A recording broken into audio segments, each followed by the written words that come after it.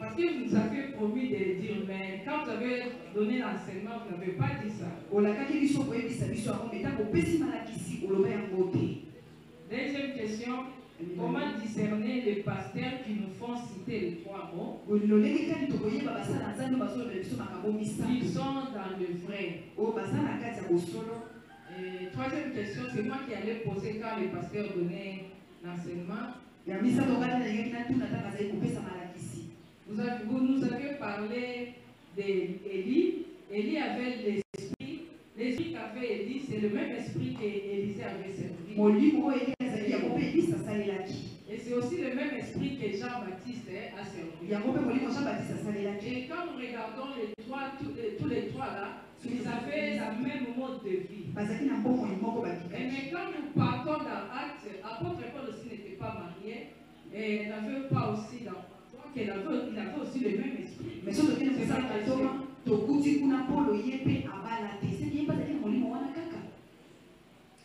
merci à mon Seigneur. Si tu peux mettre ça au bloc, et nous aurons besoin de ce document. Si ce n'est pas possible, même demain. Merci. Équipe numéro 2, le rapporteur de l'équipe numéro 2. Tu as tout au plus 6 minutes. Je mets le chrono en marche. Sois conscient de ça. Merci beaucoup. Je vous salue tous au nom de Christ. Amen. Et nous avons débattu sur les questions. La première question, qu'entendez-vous sur l'apostasie? L'apostasie, c'est seulement l'abandon de la foi. C'est-à-dire quelqu'un qui a cru dans le Seigneur, à un certain temps, il abandonne le Seigneur pour aborder d'autres choses. Entre autres, peut-être aller aborder la magie, aller aborder l'occultisme. Or, au départ, il a commencé avec le Seigneur. Et quand il a trouvé peut-être des causes qu'il cherchait, n'a pas trouvé ces causes, il est allé à chose. Pour voir ce qu'il est en train de chercher. C'est pour dire quand on est dans le Seigneur, on ne va pas venir avec des ambitions quelconques. Parce que le moment que tu vas manquer ces ambitions, ça va te pousser d'entrer dans l'apostasie. Ça, c'est la première question. La deuxième question, c'est soutenir d'abord la première question. Vous pouvez lire de Timothée, chapitre 3, versets 6 à 8. Vous aurez beaucoup de détails sur ça. De Timothée, chapitre 3, verset 6 à 8. Et deuxième question, nous avons. On leur demande l'apostasie dans l'église. Oui, c'est toutes sortes de pratiques mauvaises qui se passent à l'église. On transporte un pasteur, un prophète à l'église, on commence à l'adorer.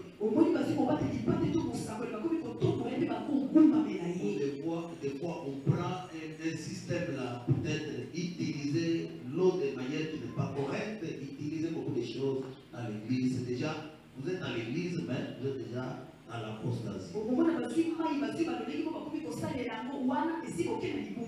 Tu as déjà quitté la vraie parole, tu es déjà en dehors de la sainte doctrine. Et troisième question, qu'entendez-vous de Branham? Là, seulement, je peux vous demander de prendre le livre de Jean, chapitre 8, verset 44. Ça va vous donner les résultats.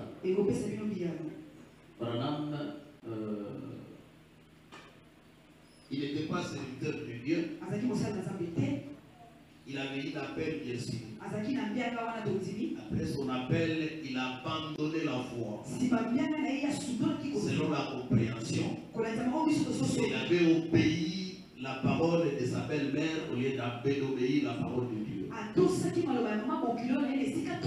La mission qu'il avait eue, c'est pour servir Dieu. Au lieu d'obéir ce que l'Éternel avait demandé de faire,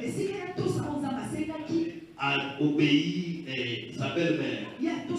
Cela avait entraîné beaucoup de choses dans sa vie. Cela a entraîné la mort dans sa famille. Cela a entraîné même son égarement à la vraie parole de Dieu. Troisième question. Branham lui-même, il n'était pas serviteur de Dieu. Il servait le diable tout en se cachant dans les choses de Dieu. Voilà. Notre question. Le prédicateur est en train de nous parler. Bon, ça c'est la question que la sœur a déjà donnée. Je voudrais savoir seulement pourquoi dans toutes les églises des branhamistes il y a des photos. Il y a une photo et photo Branham.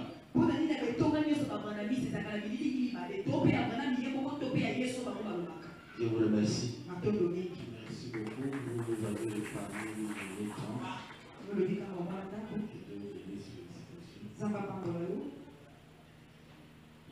Équipe numéro 3, le rapporteur de l'équipe numéro 3. Vous avez 6 minutes. Merci beaucoup. L'équipe 3, le rapporteur, c'est le pasteur Cédric et je suis. Président, c'est le pasteur Guérit.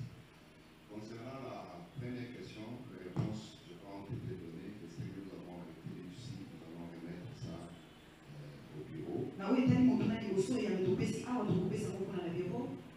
à ce que vous avez déjà donné. La deuxième question aussi, pratiquement la même chose. Mais il y a juste une pensée qui montre que Branham avait une autre opinion lui-même. Et son enseignement a amené ses adeptes à l'adorer et à le considérer comme messager de ce temps. Je voulais plus passer à la troisième préoccupation. Je considère que c'est un peu le nœud de notre groupe. La première question, c'est par rapport à l'apparence que souvent présentent nos sœurs du message. Des fois, ils ne portent pas des bijoux, s'habillent décemment. Alors, une personne de notre équipe se pose la question de savoir est-ce que le port des bijoux peuvent-ils bloquer les ossements à nos prières?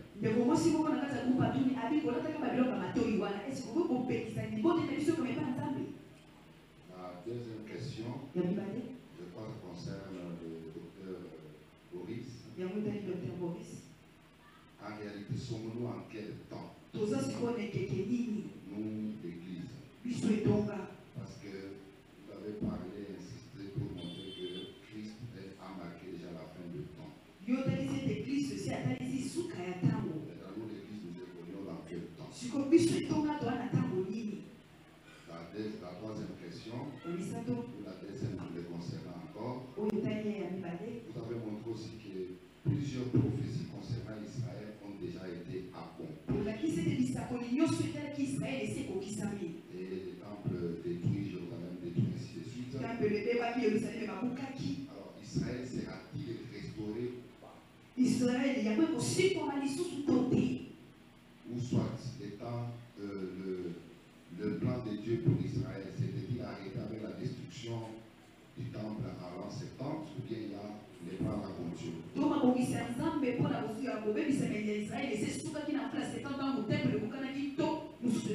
Parce que quelque part, en Acte 3, 19, 21, on nous parle du temps de rafraîchissement qui doit venir.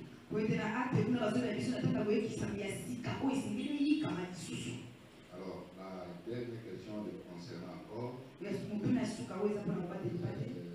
c'est concernant la mort de Branham. Quelqu'un avait entendu quelque part que sa mort est occasionnée suite à une prière des hommes de Dieu des États-Unis, en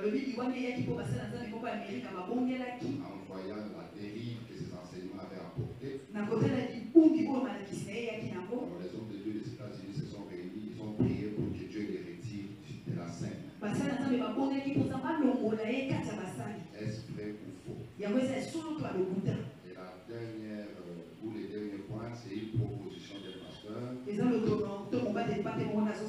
propose à ce que, comme on a parlé de plananisme à cet atelier, si on pouvait aussi parler des témoins de Jéhovah avec Charles Wissel et son enseignement au prochain atelier. Je vous bénisse. Merci. Merci beaucoup. C'est déjà propre. Ok. Vous nous avez parlé aussi de l'équipe minute 44. L'équipe numéro 3.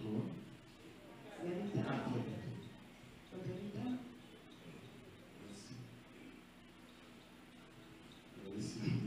Bonjour Église. Bonjour. Ok. Groupe numéro 4. Question 1.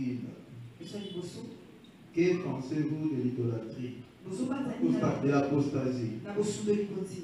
En général, l'apostasie est le fait d'abandonner, de s'éloigner de la vérité, de s'écarter de la bonne voie. C'est aussi le fait de bifurquer. C'est ce que j'ai retenu du pasteur. Ok. Maintenant, l'apostasie dans l'église,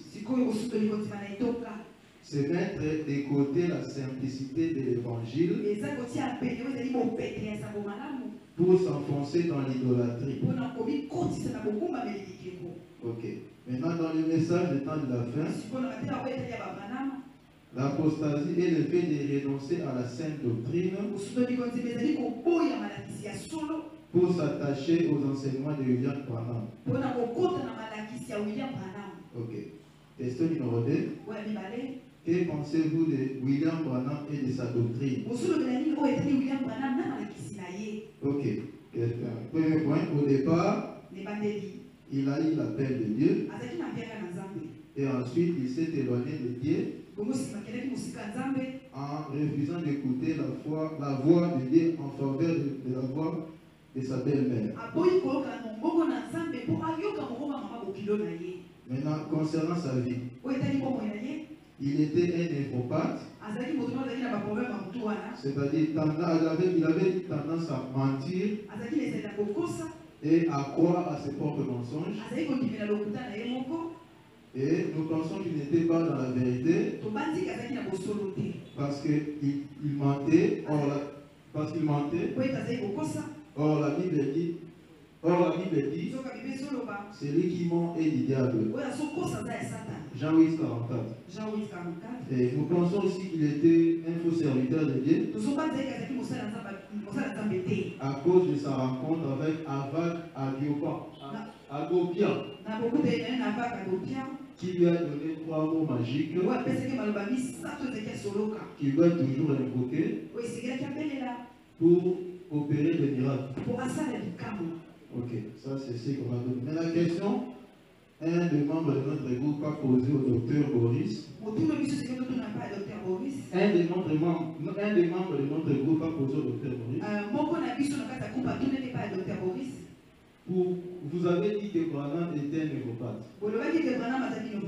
Maintenant la question, pourquoi devons-nous prendre beaucoup de temps à étudier sa vie et ses enseignements?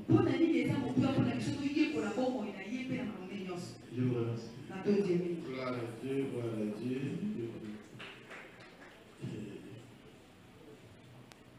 Il vous reste 2 minutes et 56 parce que nous avons un plan. Oui, merci. Merci. C'est la dernière question qui me fait sourire.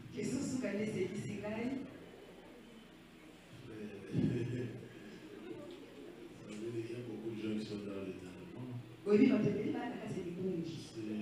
C'est que ce courant-là est en train de prospérer. Il faut que nous connaissions ce qu'il y a dedans.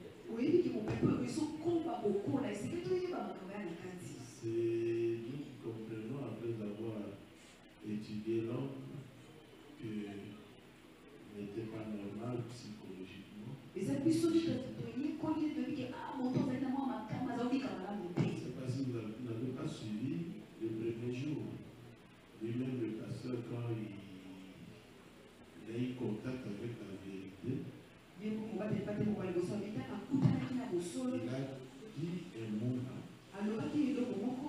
Et c'est ce qui caractérise les brahmanistes. Le brahman est infaillible. C'est ce qui est l'infaillibilité n'est que pour Dieu. Quand vous avez en face de vous des gens qui croient qu'un homme est infaillible, il faut qu'il y ait une action spirituelle qu'on appelle envoûtement qui va dans la vie de ces gens. Et quand Papa Stéphane nous enseigne sur les envoûtements, il dit clairement que les envoûtements viennent aussi au travers des enseignements de fausses doctrines. Et il faut que nous connaissions les faits pour aider ces gens-là à ne plus être aveugles. C'est très important. Nous passons à l'équipe numéro 5. Le rapporteur de l'équipe numéro 5. Merci. On a eu deux sœurs. Vraiment, félicitations. Acclamons le Seigneur de notre sœur. Merci, Louis, s'il vous plaît. Allez-y. Merci, pasteur. Nous, c'est l'écoute 5. Notre première question, c'est qu'avez-vous retenu de l'apostasie? C'est l'abandon de la foi. Qu'avez-vous retenu de l'apostasie? C'est un virus qui détruit la sainte doctrine et qui détruit les enfants de Dieu. Qu'avez-vous retenu de l'apostasie dans les messages du temps de la fin? Ils sont dans le faux parce qu'ils sont en train d'apostasier. Car que pensez-vous de William Branham? C'est un homme qui s'est détourné de la foi de Dieu. C'est un apostate. C'est un malade mental. Et c'est un serviteur du diable. Avez-vous des questions à poser? Est-ce que vous avez des questions à poser au pasteur? Pouvez-vous nous édifier ou nous éclairer sur les 3 causes, les 3 mots-clés opératoires lorsque William Branham devait opérer un miracle? Et la deuxième question, quels sont les éléments pour convaincre toutes les personnes qui sont dans l'apostasie? Pas seulement les brahmanistes. Nous avons les témoins de Jéhovah, nous avons plusieurs personnes. Alors, des pistes qui vont nous permettre de les évangéliser. Merci, c'est tout. Voilà, Dieu, acclamons le Seigneur. On a plus de 2 minutes. Merci. La dernière équipe. Merci. Acclamons le Seigneur.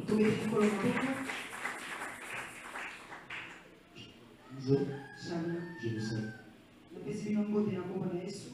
Oui, par rapport à l'équipe 6, le président de l'équipe c'était le pasteur Patrice et le rapporteur c'est le frère Chris qui je suis.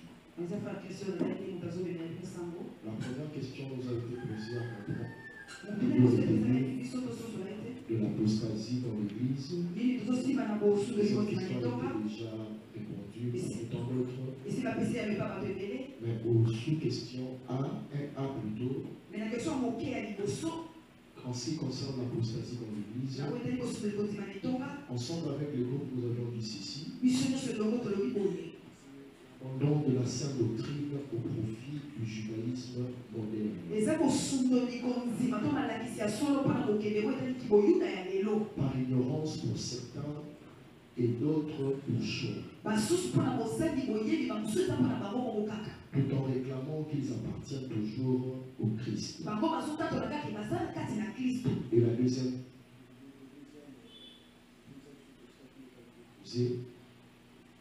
sous-question qui nous a été posée en ce qui concerne le message du temps de la fin. Selon l'apostasie au message du temps de la fin, premièrement, nous avions dit que c'est la mauvaise interprétation des Écritures saintes selon Matthieu 24 et Malachie 4.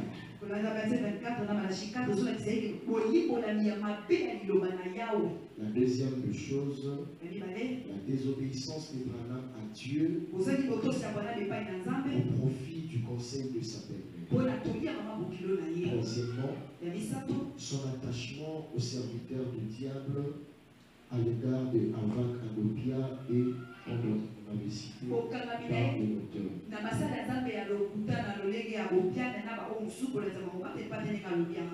Deuxième question, que pensez-vous de Branham et de sa doctrine? Est-il serviteur de Dieu ou du diable?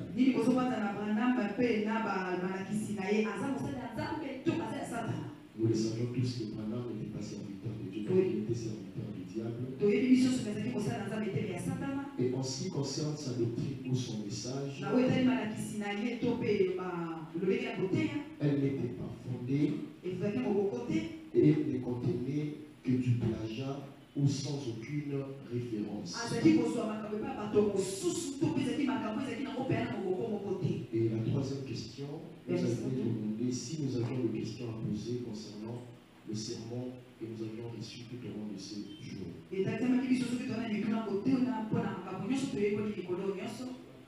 Question que nous avions posée au docteur Boris. C'est là. Par mauvaise Bible. Un instant,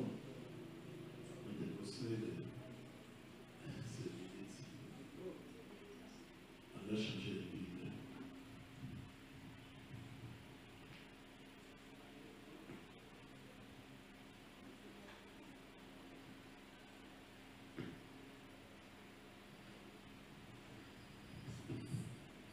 Oui, je disais, selon Darby et Scofield,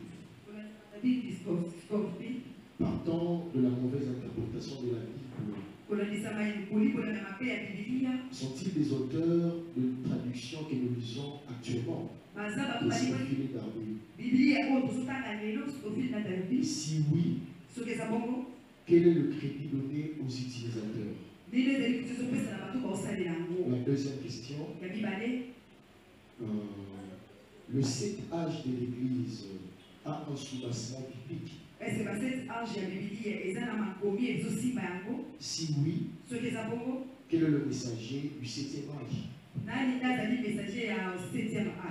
Troisième question. Le fait de là, ça concernait le docteur Wilson.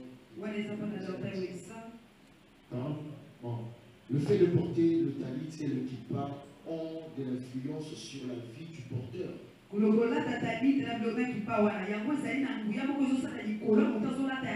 L'avant-dernière question.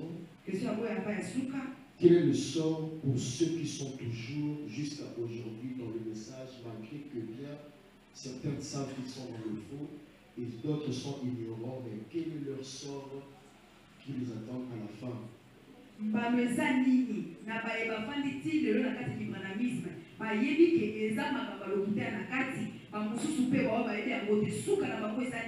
Et la dernière question, comment aborder à un branhamiste lui prouver au fait quelles sont les pistes de solution pour atteindre un branhamiste et de lui convaincre, parce que là où ils sont, ce n'est pas dans le fait et ils sont dans le fait.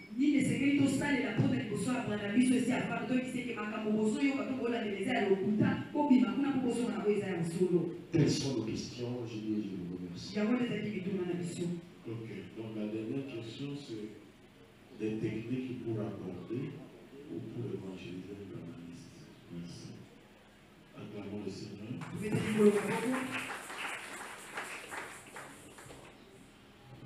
Voilà, je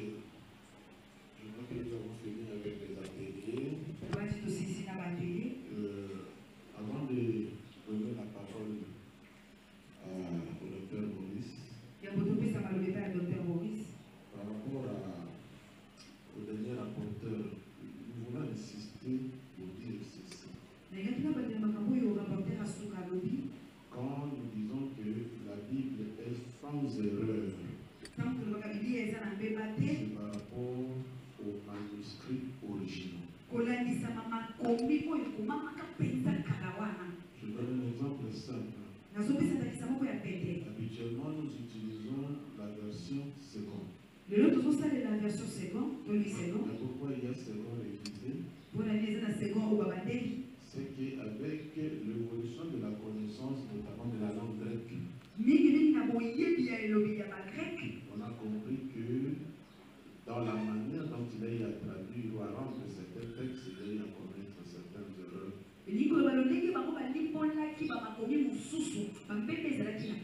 La version révisée, ce n'est pas lui. Ce sont ses disciples qui ont commencé à manger certaines choses. Voilà pourquoi on conseille toujours que quand on veut comprendre un texte, qu'on ne soit pas accroché à une seule version. Et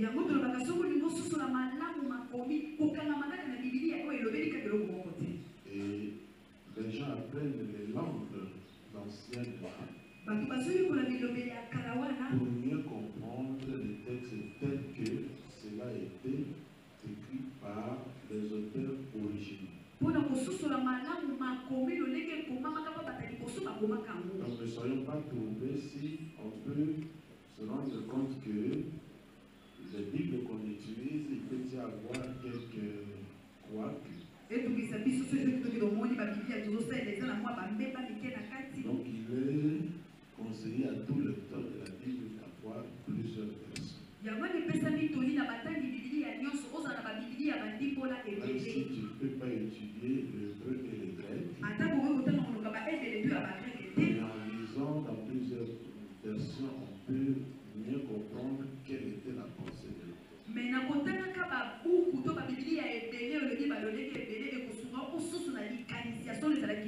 Mais ici, dans les cas qui nous concernent,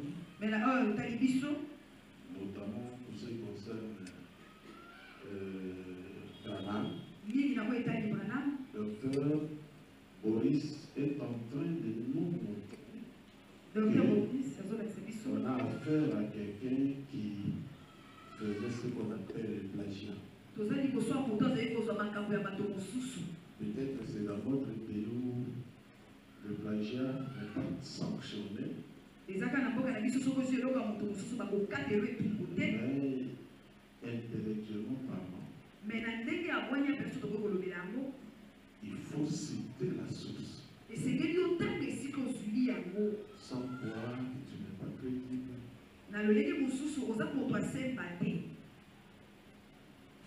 Et pour ceux qui doutent de l'état mental de cet homme, on nous a parlé de la sémence du serpent ici. Quelqu'un qui donne 3 versions sur la naissance de Caïn. Alors que la Bible est là, noir sur blanc. Adam connut sa femme.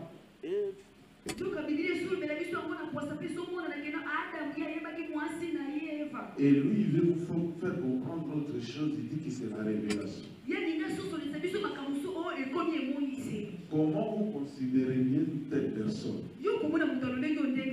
Peut-être les mots sont durs.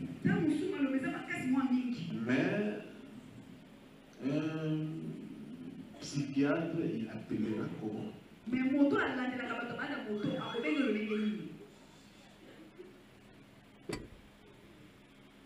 y a des termes parfois qu'on pense que c'est une injure. Mais il n'y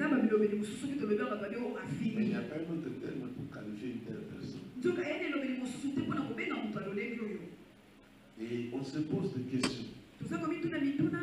Tous les intellectuels qui sont des grands intellectuels qui lisent, comment ils peuvent être aveuglés par un tel texte? C'est qu'il y a une action spirituelle qui se passe.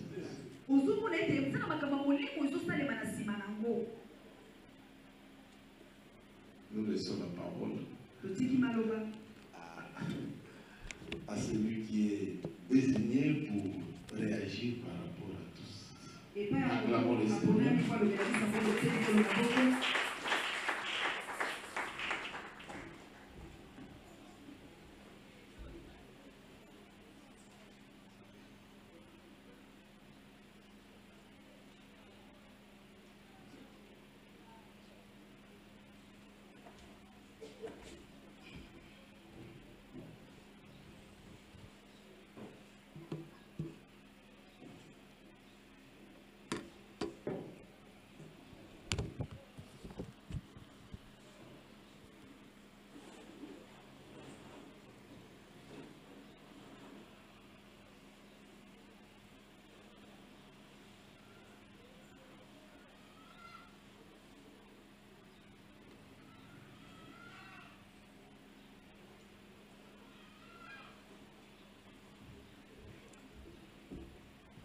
c'est la grande question de la cuisine.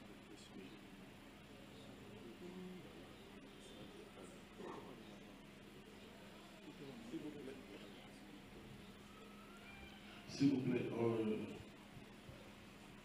il a besoin des textes, des questions. Des questions parce qu'il n'avait pas noté.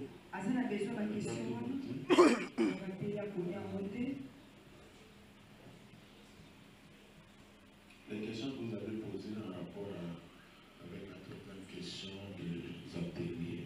La question de l'Itouna est Misato, Batobatouni, Dr. Boris, par rapport à l'atelier.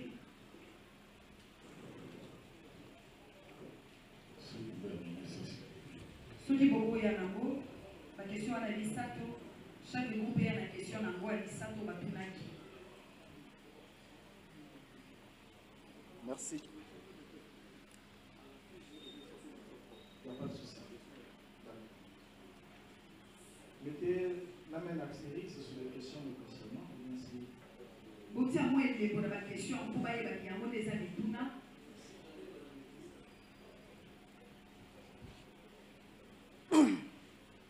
C'est la séquence la plus difficile pour un prédicateur.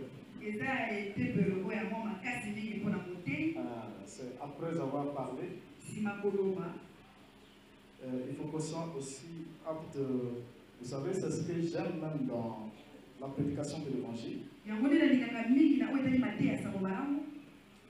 Je crois que lorsque nous écoutons un enseignement,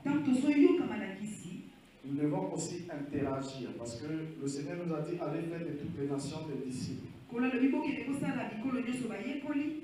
Un disciple, c'est celui qui apprend. Amen. Amen. Et dans l'apprentissage, on écoute, on se pose des questions. C'est pourquoi on avance dans la connaissance. Alors nous allons prendre quelques questions, des questions qui nous sont posées. Et pour l'essentiel, je crois, je commence ici. Je ne connais pas le numéro du groupe, mais la question dit ceci. Vous avez dit que Branham était un névropathe. Pourquoi devons-nous prendre beaucoup de temps à étudier sa vie et ses enseignements? C'est une bonne question. Amen. Bien, pour répondre d'abord directement, ce n'est pas moi qui ai dit que Branham était un névropathe. Est-ce que je l'ai dit?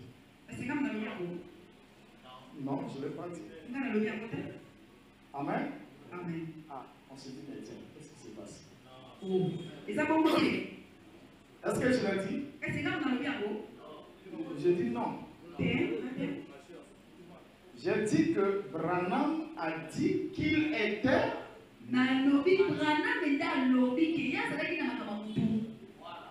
Hein? Les Angate vont dire que Branham a dit que mais il y a un Branham a dit que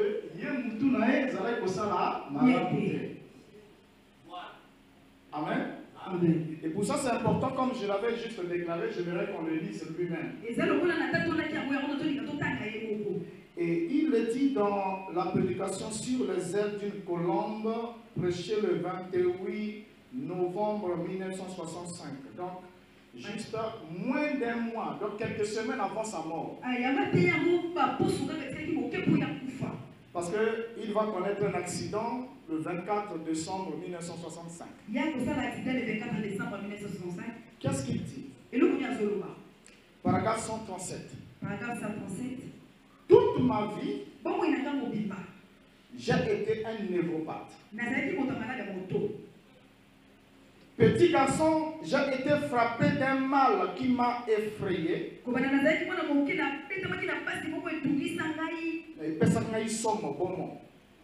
Cela m'arrivait à peu près tous les 7 ans. Frère Jacques se souvient, lorsque j'ai débuté, que j'ai quitté le champ de travail pour une année car quelque chose venait d'arriver.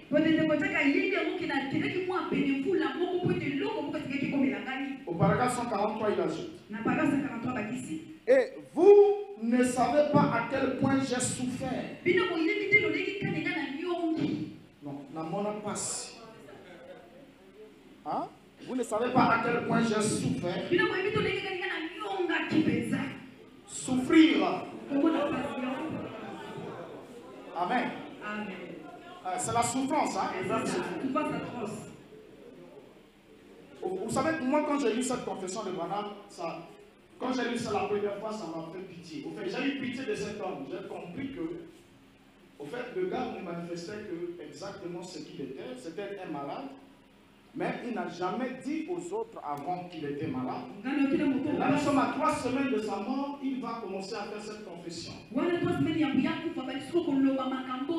Qu'est-ce qu'il dit? Et vous ne savez pas à quel point j'ai souffert. C'était une oppression mentale. Donc il était mentalement oppressé. Cela s'est répété dans ma vie. Tous les 7 ans. Donc tous les 7 ans. Donc chaque 7e année à vie naé, ils ont la à Matata. Donc tout le monde ils ont mal. Il fallait même une année où quand on a comme une année on va venir à la décollité. Année où on a voté il a quitté le ministère et s'est éloigné. Hein? Voilà, parce que 7 ans, ce qui est promis mon toit est levé. Mais en dehors de l'année des crises, parce que la 7e année, c'est l'année où il est dans les crises de cette oppression mentale. Il dit, cela s'est répété dans ma vie tous les 7 ans. C'est là où j'en suis à présent. Donc si on est dans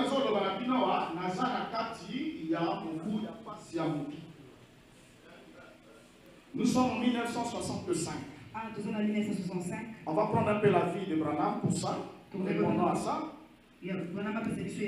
Branham est officiellement né en 1909.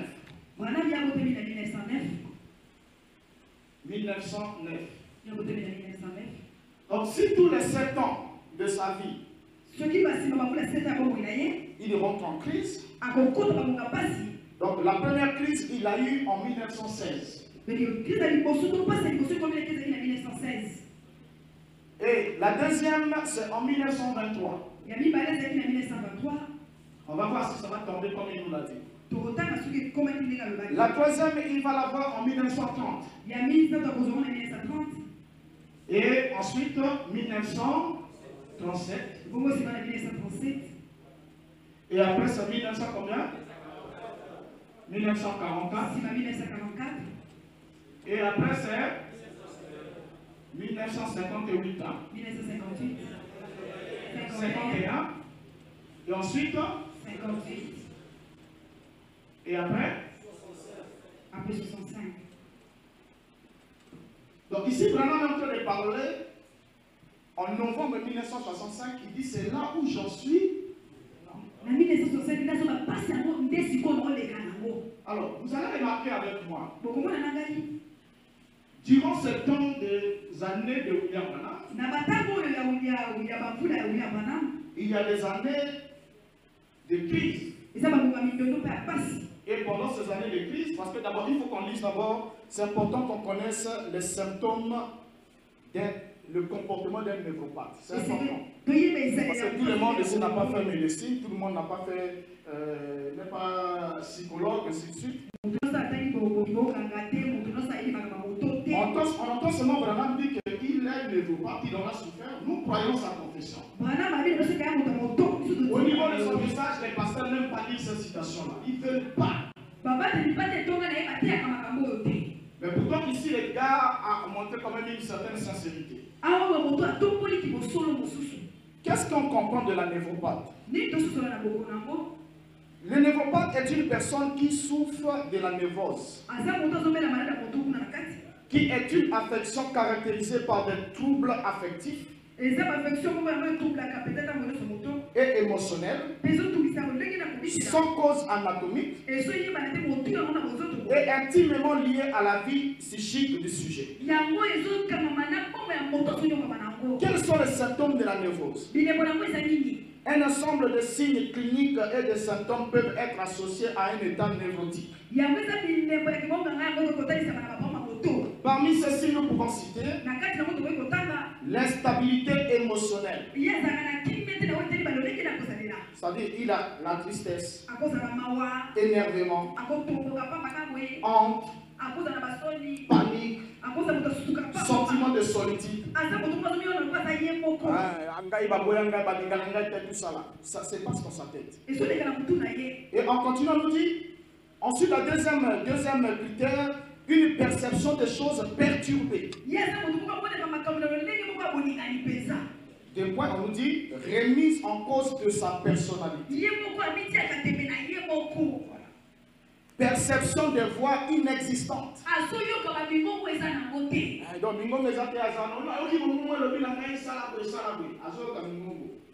C'est une maladie. Vous comprenez?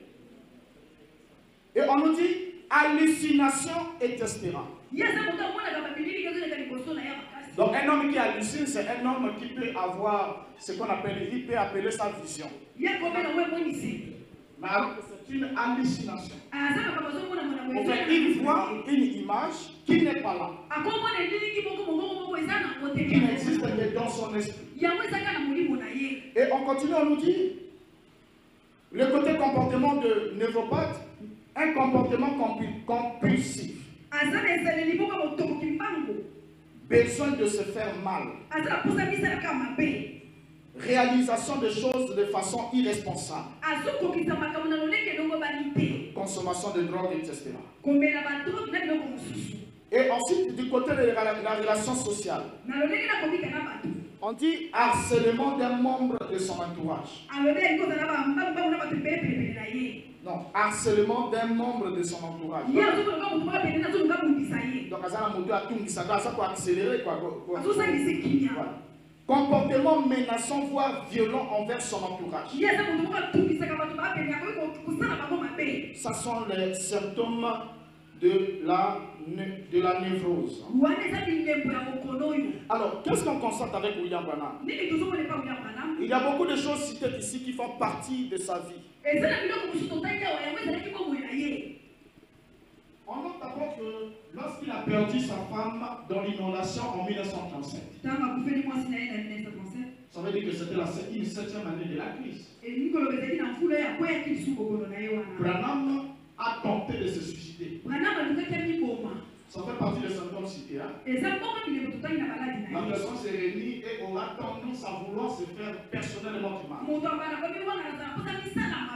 Branham dit que je ne pouvais pas supporter de vivre. Lorsque j'ai perdu tous ces gens-là, j'ai dit je ne mérite pas de vivre. Il dit j'ai pris un arme, j'ai chargé et je suis allé, j'ai tiré sur moi. Le coup n'est pas parti. J'ai dit mais tiens, ça ne marche pas ici. Qu'est-ce que je dois faire? Il dit qu'il est allé monter sur le poteau de haute tension. Là où ça siffle. Par un voltage élevé. Bon, je vais seulement aller attraper là et puis on va me trouver électrocuté. Là, tout le suicide. Et Branham explique qu'il est monté et quand il a attrapé le courant, il dit, je ne sais plus qu'est-ce qui s'était passé.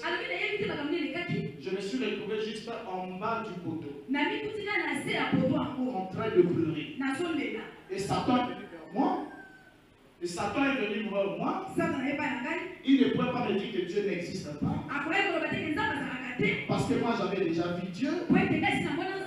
Mais Satan m'a dit, tout ceci t'arrive, c'est que Dieu ne t'aime pas. Comment se fait-il que c'est toi qui as refusé de répondre à l'appel? Dieu va tuer ta femme, tes enfants, ton père et tout ce monde. Tu penses que quelqu'un comme ça il t'aime? C'est ce que le diable m'a dit. Que ne t'aime pas. Comme il ne t'aime pas, c'est moi qui ai compati pour toi. La suite du soir, Branham ne nous la donne pas. De la conversation avec Satan. Maintenant, cela se passe dans l'une des années de ses crises. C'est là qu'il a tenté de se suicider. On prend un autre élément. Lorsqu'on arrive en 1958, 1958, c'est l'année où Branham va pour la première fois parler de la bêtise de la semence du serpent. Il prêche la semence du serpent en 1958. Il demande comment la Bible les amours, c'est pas Adam qui est allé avec Ève, c'est le serpent qui est allé avec Ève. Et là, il est caillé. Branham le prêche en 1958, l'année de sa crise mentale. Ça pose un problème. Et quand il arrive en 1965, c'est l'année où Branham termine dans le blasphème contre le Saint-Esprit. Donc les 5 derniers sermons de sa vie, c'était une attaque frontale contre le baptême du Saint-Esprit. Et il pouvait faire, j'ai des déclarations ici. Il dit, le baptême du Saint-Esprit ne veut pas dire que vous serez sauvés. Ça ne veut pas dire que si tu as le baptême du Saint-Esprit, tu vas au ciel. Il dit, je vais vous dire quelque chose qui va vous donner un choc. Le baptême dans le Saint-Esprit ne signifie pas que vous allez entrer. Ça n'a rien à voir avec votre âme. Et après, il termine et dit, vous pouvez être baptisé du baptême du Saint-Esprit authentique à chaque heure de votre vie. Et aller avec ça en enfer. C'était fini. Or, le baptême du Saint-Esprit, c'est la promesse suprême que le Seigneur a faite. Il dit, je m'en vais, mais je ne vous laisserai pas seul. Le consolateur il sera avec vous jusqu'à la fin. Et Paul dit, n'attristez pas le Saint-Esprit par lequel vous avez été scellés pour le jour de votre mort. Donc il n'y a pas d'obtention de salut sans le baptême du Saint-Esprit. Parce que Paul dit, l'Esprit du Seigneur rend témoignage à mon esprit que je suis un enfant de Dieu. Donc pour être enfant de Dieu, avoir le pouvoir de devenir enfant de Dieu, il faut que vous ayez la marque, le sceau de Dieu, qui est le baptême du Saint-Esprit. Branham rentre en guerre contre ce et il va connaître fatalement la mort le 24 décembre 1965. Donc là, pour répondre à la première question, est-ce qu'on va vraiment les finir? Alors, pourquoi est-ce qu'on doit prendre le temps d'étudier sa vie et ses enseignements? C'est juste parce que Paul dit, nous parlons de ce que nous connaissons. La seule manière pour vous et moi d'aider nos frères et nos sœurs qui sont pris dans le filet du branhamisme, c'est de connaître ces choses. Et lorsque vous connaissez ces choses, je réponds en même temps à une question qui a été posée ici. Lorsque vous en parlez à quelqu'un qui est dedans, à cause de l'amour qu'ils ont pour Branham, ne venez pas directement de front commencer à froisser Branham.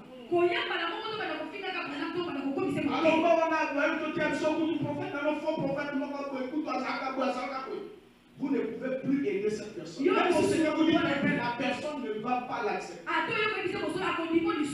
Parce que votre attitude n'est pas bonne. Le problème, c'est d'abord de comprendre. C'est moi qui aurais pu être à la place de ce frère, de cette sœur. Et ensuite, vous avez une manière de l'approcher. Mon frère,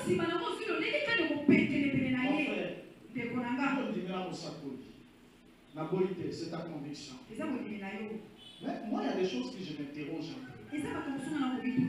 Parce que l'autre fois, j'ai entendu parler du message. Et on m'a lu une déclaration de Branham.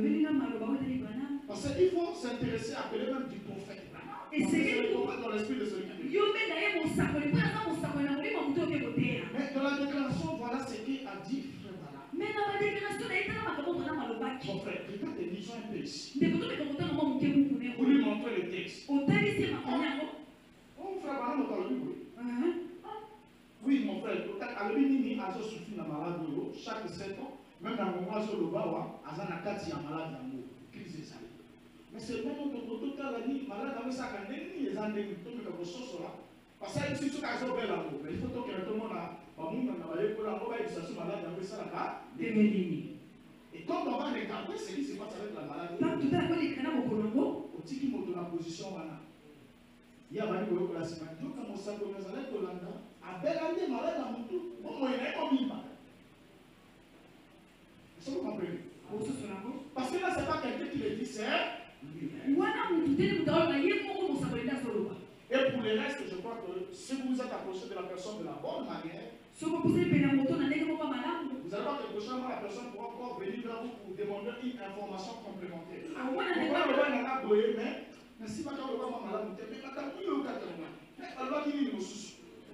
et c'est comme ça que tu vas commencer à l'aider, tu vas voir, un jour comme ça, il appelle et dit, oh mon frère, parce que je peux vous montrer dans mon téléphone là, chaque fois dans tous les pays. Je ne passe pas une semaine, des fois tu vois quelqu'un qui m'appelle, il est en train de pleurer. Ça fait une soeur. Je dis, pasteur, nous sommes là, ça fait 4 jours, dans les têtes, nous avons sous effet de choc, nous avons été dans la salle. Il dit, j'ai passé 25 ans dans ce message. J'ai passé 10 ans, 15 ans. Mais quand j'étais suivi, j'ai vérifié ma caméra, j'ai vu que la passer la réunion pour Yanola, avec la zone de PCA choc, dans les Nazar, dans la salle. Il y en a plein là. Je peux même vous faire entendre certains audios tout. J'ai même certaines réactions de certains pasteurs. Non, comment certains pasteurs conseillent ces brebis là qui ont fait.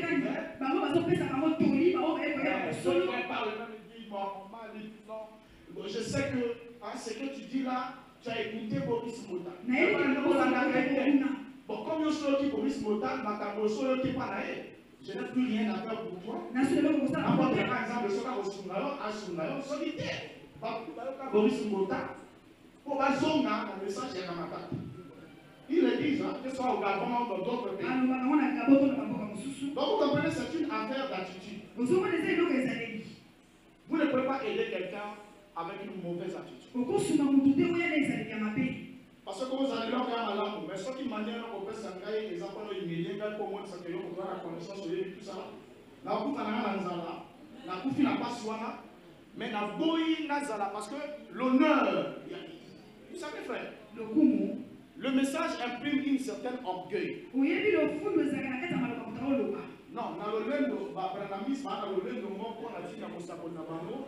tu ne peux pas comprendre ça. Si vous comprenez que l'homme a commis de la tolo, et ça qui n'a pas un banjou et ça a côté.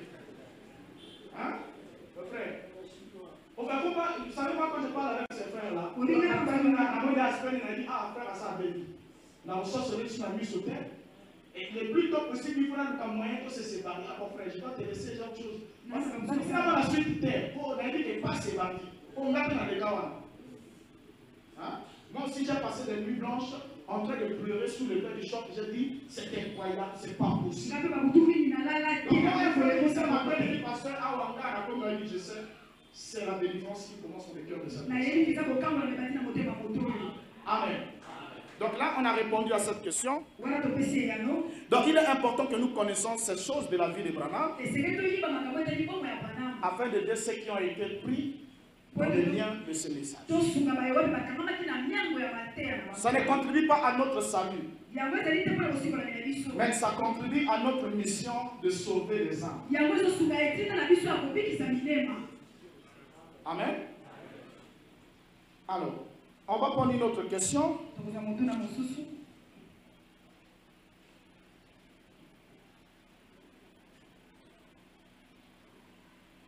Selon Darby Scofield, partout il y a la mauvaise interprétation de la Bible. Sont-ils les auteurs de traductions que nous utilisons? Si oui, quel crédit donner aux utilisateurs?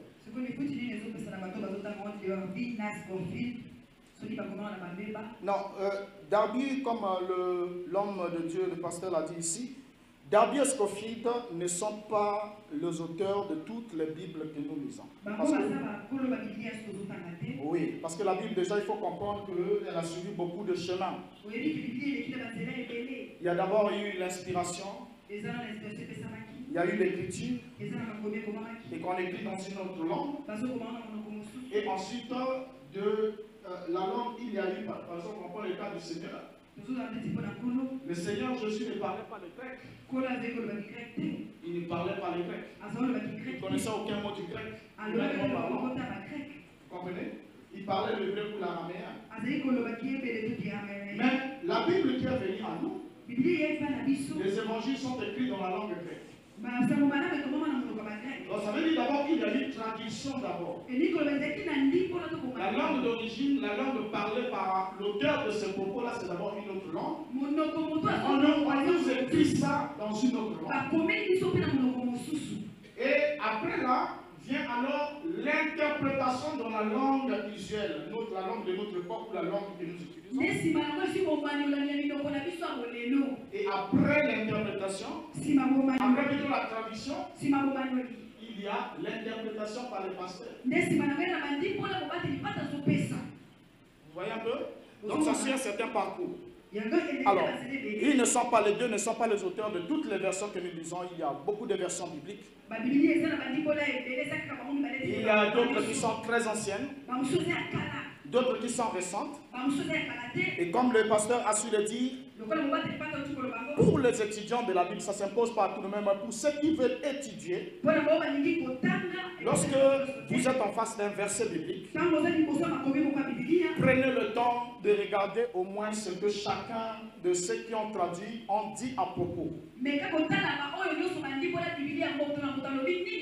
Parce qu'à mon niveau, je ne crois pas qu'il y ait une traduction qui soit parfaite. La Bible est un autre problème. L'écriture est un autre problème. Mais la traduction de l'écriture, c'est aussi un autre problème.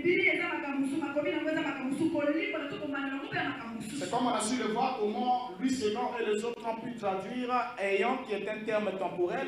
Ailleurs, ils ont traduit ça par un élément de temps. Mais quand on vient dans Matthieu 24, ils traduisent ça par le monde. Et du coup, ça met dans l'esprit de chacun. Il y a une fin du monde qui arrive. Hein? Je ne veux pas qu'on en parle parce qu'on dira encore. Il y a une fin du monde. Qui a parlé de la fin du monde? Oh non, c'est le Seigneur. Alors que le Seigneur n'en a pas fait état. Il a dit autre chose. Amen. Alors, quel crédit accordé aux utilisateurs? Bon.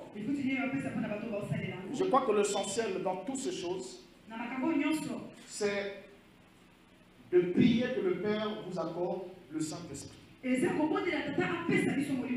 que quand vous avez le Saint-Esprit, vous aurez un esprit équilibré. Lorsque vous serez devant l'erreur, vous aurez la possibilité de détecter une erreur. Je crois que c'est la meilleure des deux. Parce que la parole de Dieu, c'est pour ses fils. Et elle est connue pour fils, c'est celui qui a l'esprit du fils.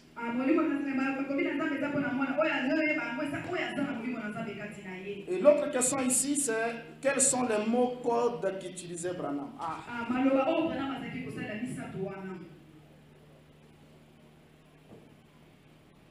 C'est une bonne question. Hein? Amen. La réponse que je peux donner, c'est que même si je connaissais ces mots, je ne vous le dirai pas. Hein? Parce que ce n'est pas édifiant. Et quelqu'un qui est très faible pourra aussi dire, bon, là, quelqu'un a mes canaux. Je vous dis la vérité. Il y a qui a qui, midi, mon père, il y a un message, il a dit, avant de faire ça, la bafaka, mon cocoye, et à qui n'a pas le bosso. Vous voyez un peu? Donc, c'est vraiment pas édifiant. Mais pour ceux qui ont un esprit assez avancé, qui ont suivi ce qu'Ava Kagokian a dit de la manière que les gens obtenaient la guérison et tout, ils auront une petite idée de ce que Branham était sûrement en train d'invoquer. Parce qu'Ava l'a dit dans son texte. Et comme Branham nous dit qu'il se tient tranquille, je prononce les 3 mots que l'ange m'avait dit. Parce que dans le terme ange dans la bouche de Branham, il ne faudra pas voir un être céleste. Donc là, c'est le porteur d'un message. Hein? Et surtout que, bon, supportez-moi s'il y a un frère qui croit au message. Surtout que Branham avait une qualité exceptionnelle. C'est celle de mentir. Je vous dis la vérité, frère. On aura tout le temps de se retrouver encore à d'autres occasions et étudier des points et des points. Vous verrez comment Branham était changeant, déviant et menteur. Alors, donc sur cette question-là, je ne saurais pas vous donner les 3 mots sans moi-même aussi mentir. Parce que si vous me dites, bon, je vous dis c'est tel mot, parce que quelqu'un qui est fondamentaliste va dire, bon, je vais en parler à Branham, je dis, Branham prononcer 3 mots secrets. Vous me dites c'est quel mot? L'accent à la sur l'accent à la petit message. Maintenant, l'accent à moi, il faut vraiment la carte un message à Branham. Et Branham dit à parler d'un mot, mais à prononcer en notre avis, je le prononce dans le silence. Donc, à prier à un micro, à Tiki Pembeni. Et quand vous lisez même comment il prie pour les malades, vous allez voir que dans les brochures, on met espace vide sur la bande. Ça veut dire que leur enregistrement comme la photo, Branham a camé micro, ou bien il avait un interphone. C'est-à-dire que vous devez avoir les couleurs à chair. Ce qu'on a dit, il ne faut pas écouter un enregistrement de la toile, il y a 10 boutons, à Tiki micro, à la permettre, à mettre invocation, avec invocation, à prier au nom de Jésus à travers ici. Invocation, invocation, sur la main de Simi, qui est là, tu es guéri. C'est comprenez ça. Donc, c'est vraiment pas important pour nous de connaître ces noms, ces 3 mots secrets. Mais ce qui est important pour nous, c'est de savoir qu'il prononça ces 3 mots. Et nous nous limitons avec lui là où il s'est limité avec nous. Amen. Ça va, non? Merci. Le 7 âge de l'Église a un sous-bassement biblique, si oui, quel est le messager du 7e âge? Ok, ça c'est une bonne question. Déjà, le 7 âge de l'Église, c'est une théorie qui a été inventée. Et elle n'a pas été inventée par William Branham.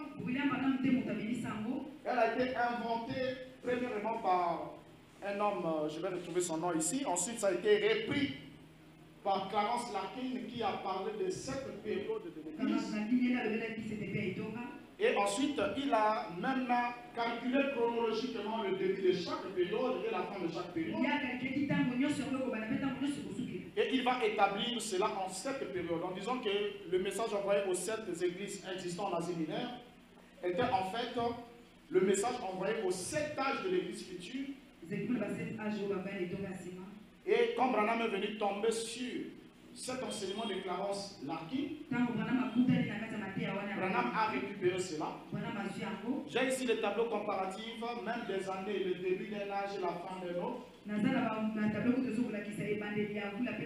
Branham va prendre cette période chez Clarence Larkin. Il va prendre exactement la même chose, mais seulement il va modifier le début du premier âge et le début du dernier âge. Et c'est la même chose que Charles Roussel aussi, de témoin de Jéhovah, va faire. Il va séparer aussi l'histoire de l'église en 7. Chez Clarence Larkin, il n'avait pas affecté des messagers à chaque âge. Mais quand on va dans le travaux de Charles Roussel, le fondateur des témoins de Jéhovah, il va affecter des messagers pour chaque période de 7. Premier âge, Éphèse, et deuxième âge, chez Charles Roussel, il met non, il met d'abord Paul au pénéage, ensuite il met Jean au désert. Il continue avec le Wycliffe, tout ça là. Et le 7e messager, Charles Roussel met son propre nom. C'est le témoin de Jéhovah. Au 7e pas et à final. Au 7, c'est la perfection. C'est Charles Roussel qui était le messager du 7e âge de l'Église. C'est dans sa donc, la latino est photo à tombe, la photo de sa tombe, c'est bien marqué. Charles Roussel, 7e messager à l'église de Laodicée. Donc, quand Branham arrive, Roussel est déjà dans la tombe et sur sa tombe, c'est déjà écrit 7e ange. Alors, Branham aussi va prendre le même schéma. Il prend chez Clarence Larkin de cette période. Et il prend la méthode de nommer un messager pour chaque âge chez Roussel. Pré-âge, il va mettre Paul. Après, il va mettre Irénée. Après, il va mettre Martin. Et quand il arrive au 4e âge, il va mettre Colomba. Mais dans la théorie de Branham, ce qui le rend un peu plus fou encore, c'est qu'il y a un messager, Colomba, qui est né et qui est mort avant même le commencement de l'âge qui lui a été assigné. Frère, si vous posez des questions à pasteur Bramaniste, pourquoi vous n'avez même pas à ça, le messager va dire pour l'âge 1. Branham dit que l'âge de l'église commence avec la proclamation des messages. Mais Colomban est mort en l'an 509. L'âge dont il est affecté commence en l'an 606. Donc, aussi, dans la bonne âge de Soussou, à Koufi, l'âge de Soussou, mais l'âge de Balisima. Maintenant, la terre, l'âge de ça a commencé comment? Et quand il arrive au 7e, il commence à attaquer. Quelque part, il met son propre nom. Mais quand on a vers les années 65, à comprendre que, comme on a la 7e, ils ont bien trop mal monté. Vous savez, si je vous raconte l'histoire, comment Branham est devenu même le 7e, c'est compliqué. C'est compliqué. Il prêchait sur les âges de l'église. Quand il finit de prêcher, il affecte des noms à chaque âge. Et quand il arrive au dernier, il ne met pas de nom. Il parle et donne les indications, le 7e messager, c'est cela. C'est un petit enfant. Un petit enfant dans la salle. Le petit Willy. Il va se lever, il va venir sur l'estrade et il va griffonner le nom de Branham à la place de la 7e étoile.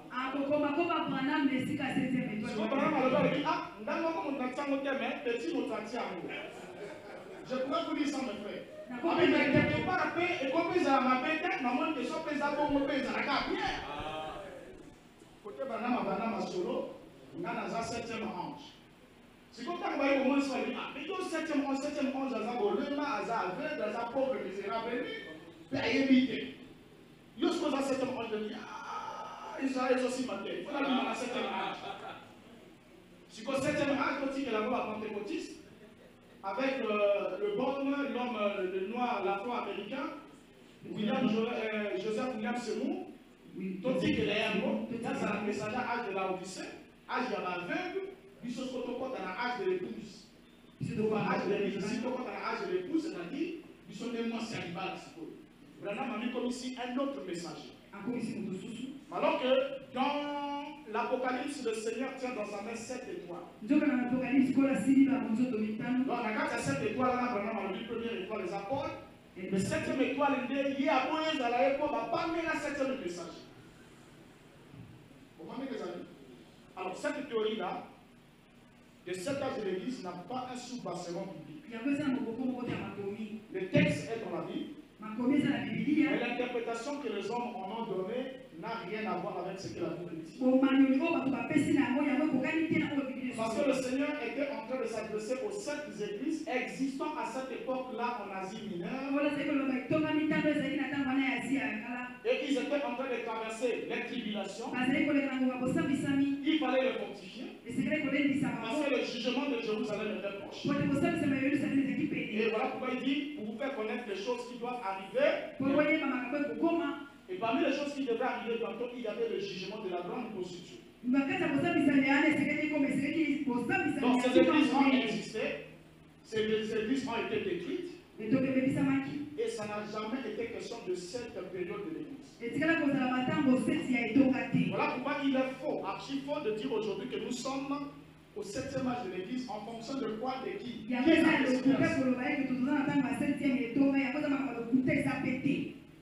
Parce que si on accepte que c'est un âge de l'église, on doit affecter un messager. C'est qui est faux. Or, cette théorie de cet âge de l'église, c'est une théorie de dispensationaliste. C'est-à-dire, Charles, comment on l'appelle, Clarence Larkin, ainsi de suite, parce qu'ils ont séparé le plan du salut. Ils ont dit qu'après que le Seigneur soit monté au ciel, Dieu ne traite pas avec Israël et les nations en même temps.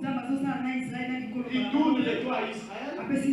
Il commence à traiter avec les nations. Mais il faut un temps. Et cette brèche de temps où la grâce va chez les nations, c'est le 7e âge de l'Église. Et à la fin du 7e âge, Dieu doit retourner à Israël. Et avant de retourner à Israël, il doit enlever l'Église de la terre. Parce qu'il ne traite jamais avec les deux en même temps. C'est là où David a conçu. Parce que le texte, Paul parle dans Thessaloniciens, on aura l'occasion d'en parler. C'est là où David a conçu la doctrine de l'enlèvement. Quand vous allez prendre les documents des autres docteurs qui ont travaillé, que ce soit depuis le temps de Luther, Wycliffe, tout le monde, ils n'avaient pas la vision de l'enlèvement comme nous en avons aujourd'hui de façon un peu populaire. David va le concevoir. Il le conçoit comment? À la suite d'un rêve qu'une femme avait rêvé, c'était une femme médiocre qui a fait un songe. Et qui a emmené sa rêve. David a apprécié. Il a monté la doctrine. Et c'est ça qui lui avait donné une force. Et cette doctrine a fait les États-Unis. Et aujourd'hui, elle est aussi en Afrique. Moi aussi, j'étais dedans.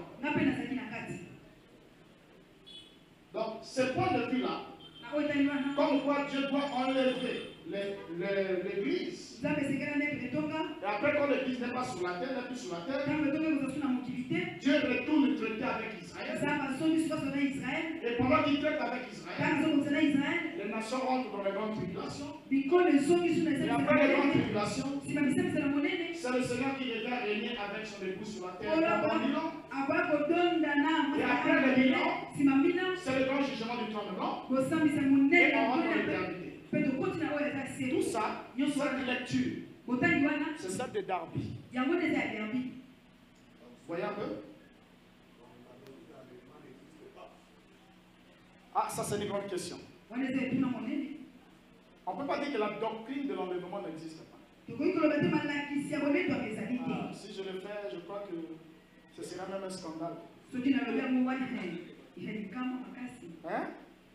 On ne peut pas dire que la doctrine n'existe pas. J'ai dit que la vision, l'interprétation que l'on a. Parce qu'aujourd'hui, dans l'esprit de beaucoup de gens, un jour, tu connais toi, tu connais Nicolo, maintenant, ils ont travaillé dans Israël. Donc, les juifs, les voisins, les autres, c'est là. Ils ont dit que ça peut être balai, et Elina Moïse va au Kénékouna. Mais avant, Elina Moïse va au Kénékouna, il se photo le mois. Il faut tous enlèvements au Kénékouna. Parce que nous avons au Kénékouna, traité Kouna, après Sima, à Bomi, au Kénékouna, sur la mort, au Kénékouna, puis faire la zone ici, Bissot. En fait, la suite, chacun a une interprétation de la suite. Mais la conception là, elle est juste récente. Ça veut dire que ceux qui ont servi depuis le premier père de l'église, ainsi de suite, jusqu'à ce qu'on arrive à Darby, les gens qui sont morts là ne sont pas morts avec cette conception-là que nous autres, c'est là un jour, il y aura un enlèvement, on va partir. C'est ça qu'on va emmener, on peut emmener un Thessaloniciens 4, l'apôtre Paul parle. La doctrine dit quelque chose de très bien. On n'aura pas le temps d'aborder ça en un mot. Donc il y a réellement dans les Écritures, il est parlé d'une action d'être enlevé. Amen. Il est parlé d'une action d'être enlevé. Le cheminement. Parce que c'est ceux qui ont construit la doctrine des dispensationalistes, qui ont montré que Dieu a des économies, il y a Israël, il y a l'Église, qui sont un peuple différent. C'est le point de départ. Lorsque déjà vous croyez à ça, vous devez emboîter les pas pour la suite. Parce que l'objectif c'était ça. C'est parce que juste ils n'ont pas compris, ils n'ont pas compris comment le plan de la rédemption a fonctionné avec les 70 semaines de Daniel. Parce que pour les dispensations d'armée et autres, ils ont dit quand le Seigneur est venu sur la terre, il n'a pas terminé la dernière semaine. Il a été retranché avant la fin de cette semaine. Or, c'est le temps fixé pour les Juifs. Donc, ça veut dire qu'il doit revenir à la seconde venue pour achever ce temps pour les Juifs. Avant qu'il achève ce temps pour les Juifs, il doit d'abord enlever l'Église. Et ça, les dispensationalistes l'ont enseigné. Et comme Branham est venu lui aussi, il a pris la même chose. Il a pris chez les autres, il a expliqué ça aussi pareillement. Donc c'est juste pour dire que la théorie de cet âge de l'Église n'est pas biblique.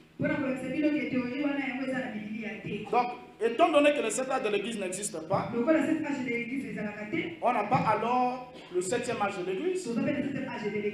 Et par conséquent, on n'a pas besoin d'un messager du 7e âge de l'Église parce qu'on ne peut pas avoir le message d'un âge qui n'existe pas. D'abord, les âges qui n'existent pas. Les âges de l'Église est athée.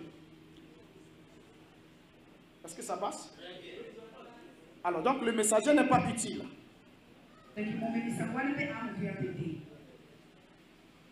Le fait de porter les talits, bon, ça c'est le docteur qui aura sûrement l'occasion de revenir.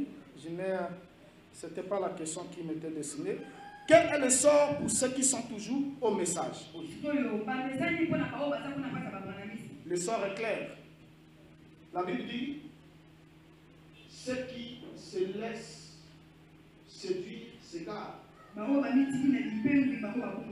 Parce que le Seigneur est clair, même quand il dit dans Matthieu 24, il dit prenez garde que personne ne vous séduise. Ça veut dire que vous devez prendre garde, vous devez être vigilant et prudent. Et vous ne vous laissez pas séduire. La séduction, comme les hommes de Dieu nous l'ont démontré ici, que c'est la séduction qui amène à l'apostasie, c'est-à-dire changement de voie. Et quand vous changez de chemin, vous changez aussi de destination.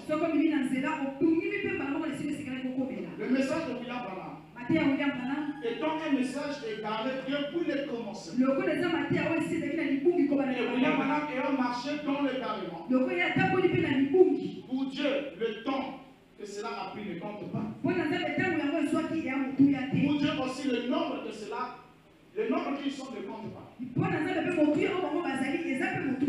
dis, pasteur, donc le monde va que les hommes vont détruire.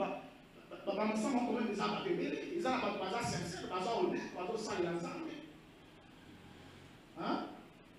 Mais quand Dieu a détruit le monde au temps de Noé, il n'y avait pas une population. Ce n'était pas nombreux. Dieu n'a rien à voir avec le nombre. Dieu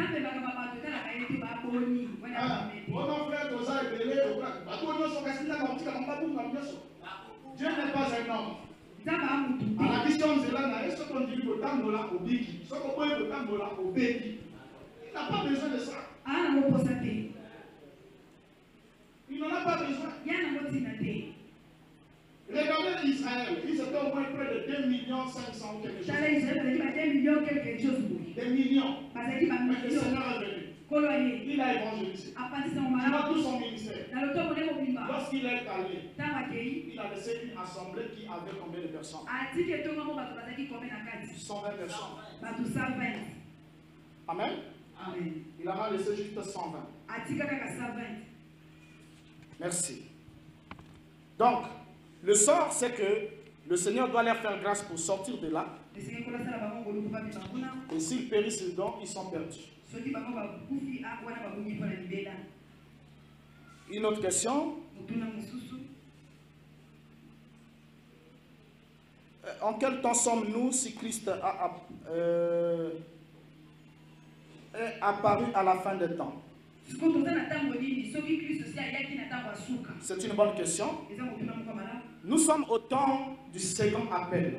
Vous allez voir comme on l'a dit dans la parabole de Noces au Matthieu chapitre 22. D'abord dans Matthieu chapitre 21, le Seigneur montre aux Juifs qu'un jour le royaume vous sera arraché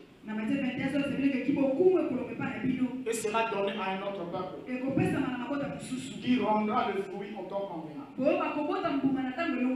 Or, vous et moi, nous avons cru après la destruction du royaume d'Israël. Parce que le royaume d'Israël est détruit en l'an 70. Les temples est parti, le sacerdoce est parti, la ville est partie. Ce qui fait qu'aujourd'hui, on ne parle pas du royaume d'Israël, on parle d'abord d'un État d'Israël. Et un État fabriqué par le sang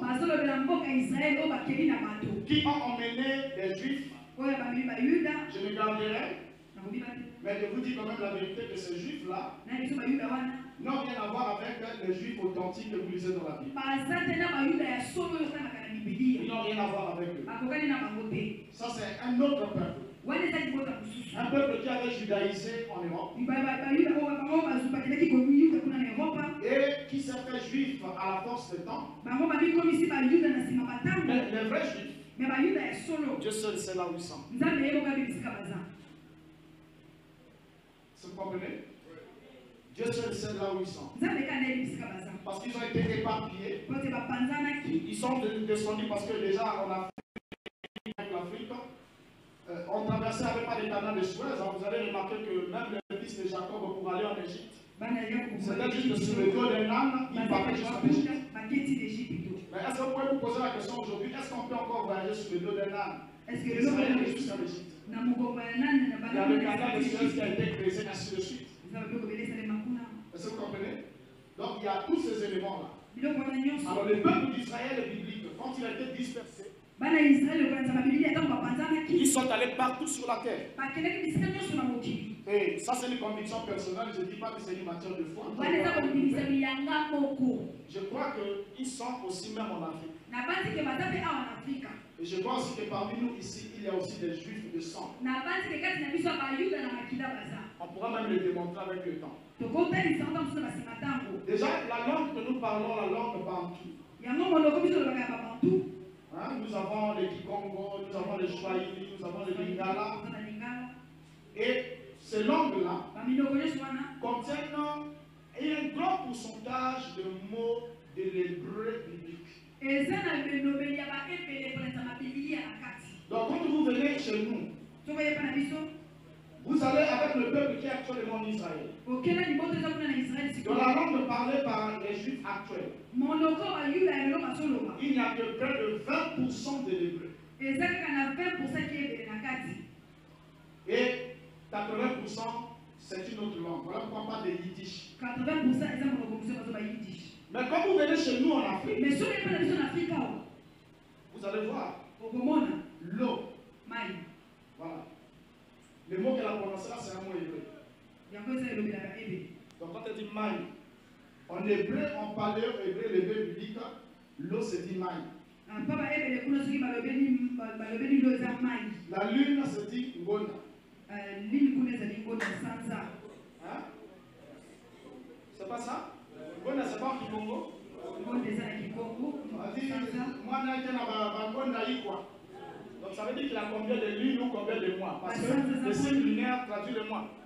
Donc il y a beaucoup d'autres éléments qui montrent que l'hébreu biblique est parlé chez nous ici. Même la méthode de notre langage. Nous avons la langue qui fonctionne différemment des autres langues. En français par exemple on dit mon père. Hein? Mon père.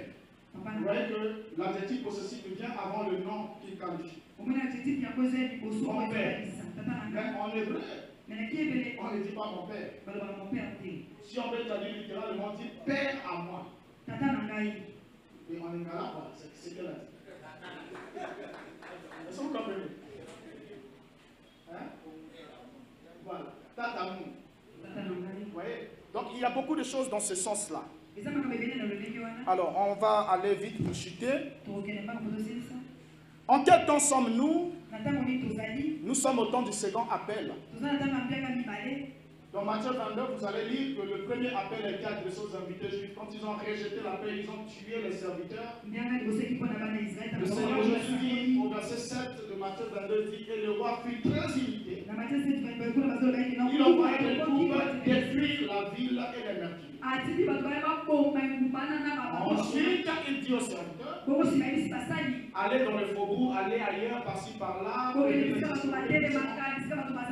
emmenez-les. Vous voyez que l'appel change maintenant de destination. Et vous et nous, nous sommes au second appel. Ce qui veut dire quoi? On ne doit pas être complexé avec tout ce qu'on dit être juif. Parce que nous savons que c'est maintenant le temps où Dieu traite avec nous.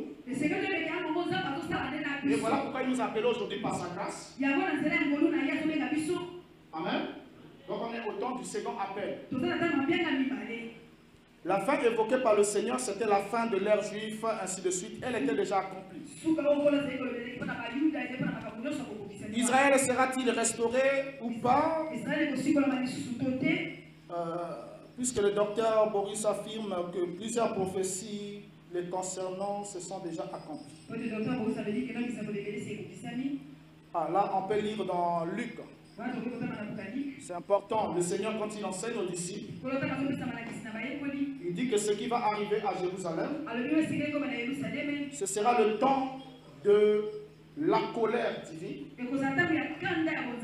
pour l'accomplissement de tout ce qui est écrit. En fait, tout ce qui était écrit relatif à la chute, à l'apostasie de Jérusalem, devrait s'accomplir. Alors, parlons de la restauration d'Israël. Là, c'est une très grande question. Et on parle de quel Israël? Est-ce que Israël, en tant que nation, sera restauré comme le royaume avec les 12 tribus? Et tout ça, en tout cas, je me garde de vous donner une réponse affirmative. Mais on regarde ce qui est écrit dans la parole. Cela n'est pas possible qu'il en soit ainsi. Cela n'est pas possible. À mon humble avis, hein? Parce que là, je parle avec beaucoup de réserves. Je sais qu'il y a une question qui pourra suivre, mais c'est une question qu'on ne pourra pas donner la réponse en quelques minutes. Parce que ça demandera, il faut ouvrir ici, il faut ouvrir là, il faut ouvrir là. Parce que dans Actes 3, 19 à 21, il a dit que le Seigneur Jésus-Christ est retenu au ciel jusqu'au temps de l'établissement de toutes choses.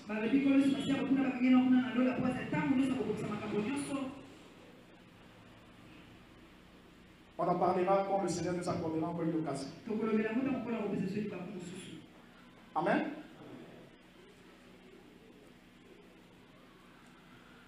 Toutes ces infos au sujet de Branham, n'êtes-vous pas tombé sur des gens qui discréditent l'homme de Dieu? Non. Non, non, non. Je ne suis pas tombé sur les gens qui discréditent Branham. Mais c'est parti d'abord d'une expérience personnelle. C'est ce que j'ai expérimenté. Et c'est partant de là qu'en faisant encore des recherches et des recherches, je vais comprendre aussi qu'il y a eu aussi certains hommes de Dieu, même aux États-Unis, qui ont eu à voir certains angles de ce que je vois.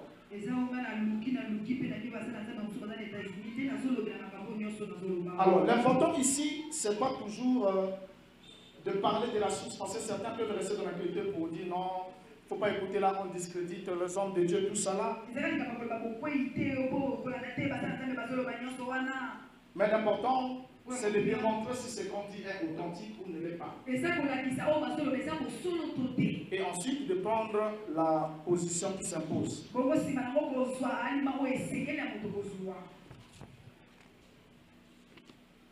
Je crois que c'est l'avant-dernière ou dernière question.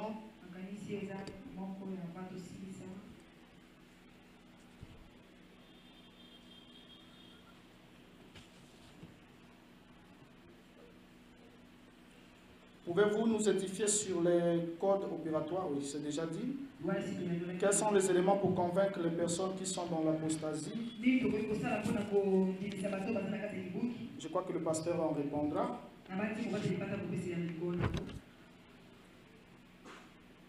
Pourquoi dans toutes les églises du message, il y a les deux photos? Celle de Jésus et celle de William Branham. Et nous les trouvons même dans leur maison. Oui, c'est une forme d'idolâtrie. C'est une forme d'idolâtrie et ça a commencé avec William Branham, qui est allé dans le tabernacle d'un certain Billy Sunday. Il a vu la photographie de la peinture de Christ d'Hoffmann. Branham va le prendre et puis l'adopter. Vous dites que non, c'est la tête de Christ. Et il va l'emmener chez lui. Mais pour ceux qui ne savent pas, Branham n'avait pas seulement la photo de la peinture de Jésus d'Hoffmann, il avait plusieurs Jésus chez lui. Et même la déclaration qu'il fait, il dit, parmi toutes les photographies qu'il y a dans le monde, c'est la peinture de Christ d'Hoffmann qui ressemble à peu près au visage du Seigneur. Cette déclaration-là, Branham a juste plagié la déclaration d'un grand magicien qui était aux États-Unis. Et c'est ce magicien-là qui dit que lorsque le Seigneur, le Maître, vient vers moi, chaque fois que nous nous rencontrons, il ressemble exactement à la peinture de Christ d'Hoffmann. Et quand Branham applique ces déclarations de cet homme, si on met les deux déclarations côte à côte, vous allez voir que Branham, parlant de cette peinture-là, dit exactement ce que ce grand magicien occultiste avait d'abord dit précédemment.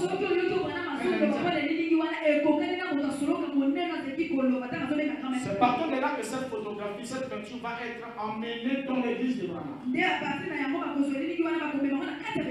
Branham va dire que lorsque je vais voyager, je rassemble toute ma photo, ma famille autour de cette photo, et nous nous prosternons devant la photo et nous prions. J'ai dit, Seigneur Jésus, je m'en vais en voyage.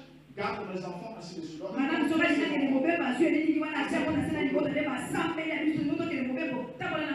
Il va emmener cela et placer dans son tabernacle. Et ça va se retrouver dans les maisons de chaque disciple. Vous comprenez? Celle de Branham avec la lumière, nous en avons parlé hier. Branham dit c'est la photo de Dieu. Il s'est laissé photographier. C'est l'ange du Seigneur. C'est le Seigneur Jésus-Christ. C'est le Saint-Esprit. C'est ceci, c'est là. Et du coup, les disciples prennent ça, ils mettent ça dans leur maison. Et jusque dans le tabernacle. C'est un élément d'identification qu'on est dans le monde du message. Dans l'ésotérisme, comme le pasteur le sait très bien, ce sont des éléments. Ça dit, c'est comme un aéroport, un point d'atterrissage, un élément d'identification. Vous faites partie d'une identité et vous avez été enrôlé dans le système. Parce que ces photos ne sont pas vides. Il y a des photographies qui sont simples. Il y a des photographies où les pasteurs font des incantations et puis les chargent. Ils ont chargé. Et quand vous mettez là, vous sentez que vous rentrez, même là, vous voyez, oui, on dirait que ça vous inspire quelque chose.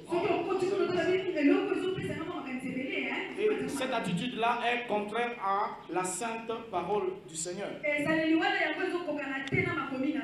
Celui qui a l'Esprit de Dieu en lui ne peut pas se prosterner devant une image de peinture faite de main d'homme. Amen. Et je crois que c'était la dernière question. Je n'ai pas oublié une seule. Merci beaucoup pour votre attention. Que le Seigneur vous bénisse.